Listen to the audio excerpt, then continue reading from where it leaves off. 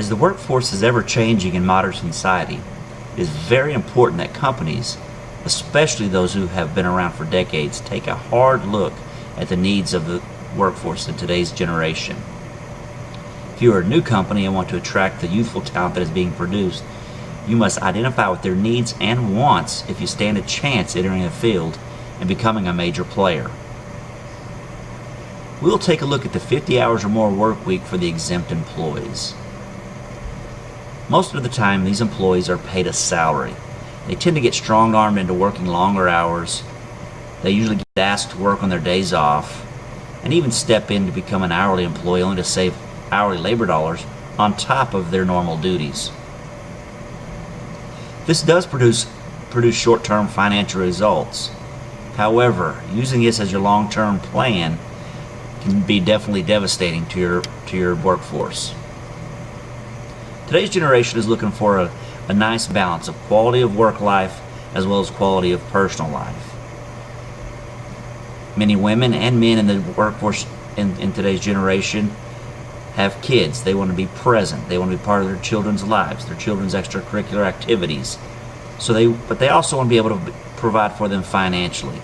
So there's got to be the nice balance between what they do in their work world and what they do in their personal world. That doesn't even take into account the commutes that most people are driving these days. Some people are 1 hour, 2 hour commutes to and from work. So you take the 50 to 60 hours they're already working and tack on another 10 to 12 hours of driving. You're looking at 80 hours in a week taken from their families or their personal time. So adopting the 50+ hour work week as your business plan can definitely cost you time, talent, and valuable capital in the long run with the rapidly changing dynamics of today's labor force. I want to take a look at the benefits of taking a hard look at what you as a CEO of your company can do to attract and retain a talented workforce in today's market. I've stated to many of my clients this: if you want to gain the edge in the labor market, you must create a line of people waiting to work for you and your company. You must give them ample reasons to choose you over any other business. Be the first to adopt some new policies and take an overhaul on your benefits package, and you are going to attract that loyalty that you're looking for. On top of that, productivity is going to increase, your bottom line is going to increase, and because your employees are happy and rejuvenated, your top line is going to grow as well. We will take a look at some possible solutions that can help you shift the thought process of your organization and explore ways to tap in to the ever-changing workforce. First, let's look at adding time off to your benefits package. Most companies have the standard 2 weeks after a year, 3 weeks after 5 years kind of benefits package. Have you taken a look at what it would cost you to add 3 extra days, 4 extra days, or even a week earlier to your benefits package? You're going to find that the money you spend on allowing them to take the week off is definitely going to outweigh the productivity and the benefits package that you're able to offer when compared to multiple offers. It will show the employees you care about their quality of work, and it'll show that you care about their personal life, and especially the quality of their personal life. We'll explore just simply increasing the salary of your exempt employees. Most employees these days are lucky if they get a 6-month evaluation, let alone a year evaluation. These employees are looking for feedback, and certainly not providing it's going to cost you time and talent.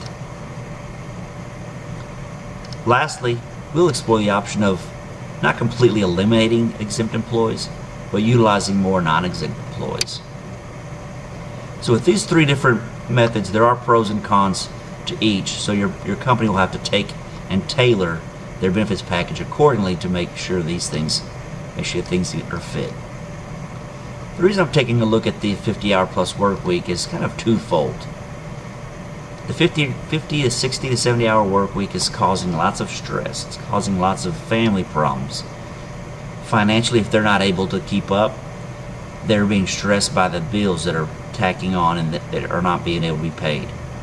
If a man or woman has to take on a second job, it's going to add added hours and more lost time from their family, thus leaving their kids in a child care facility, something that they may or may not be adapted to.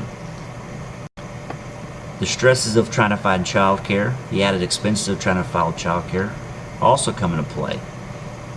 Kids have been known that are in child care or with parents being absent more likely to have a higher rate of suicide. They're more likely to have a higher rate of incarceration. They're more likely to have less education.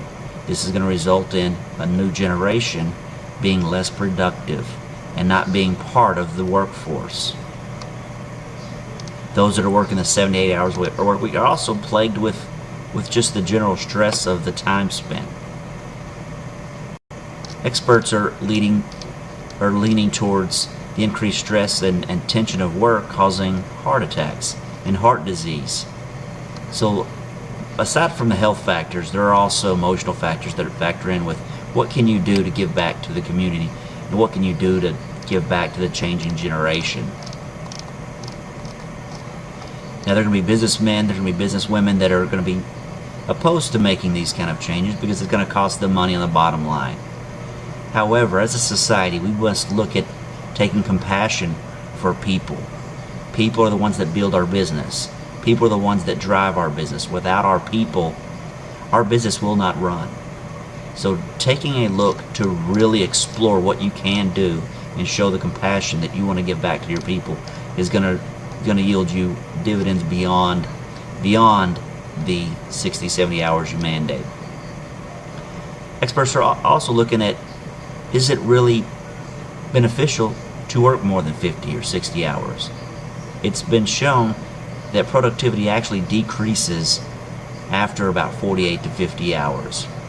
Example, you have a guy that can run the 100 meters, maybe it's 9 seconds, 10 seconds. So let's put him on the 400 meters. Can he run it in 40 seconds? Not necessarily. What happens as you add those extra 100 meters? Well, as you start adding extra 100 meters, your body's going to begin to fatigue. Your mind is the same way. Your ability to think and your ability to work at max capacity is going to dwindle over time, and science has done a lot of research demonstrating the effects of that. They've actually found that the effects of working that greatly and dramatically reduce the productivity that you're getting with the time spent on doing a particular job.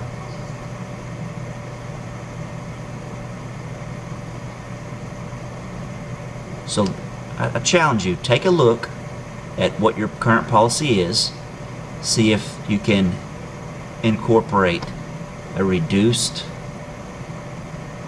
work week. You can look at adding paid time off benefits, or let's increase the salary to make that employee happy and make their work meaningful.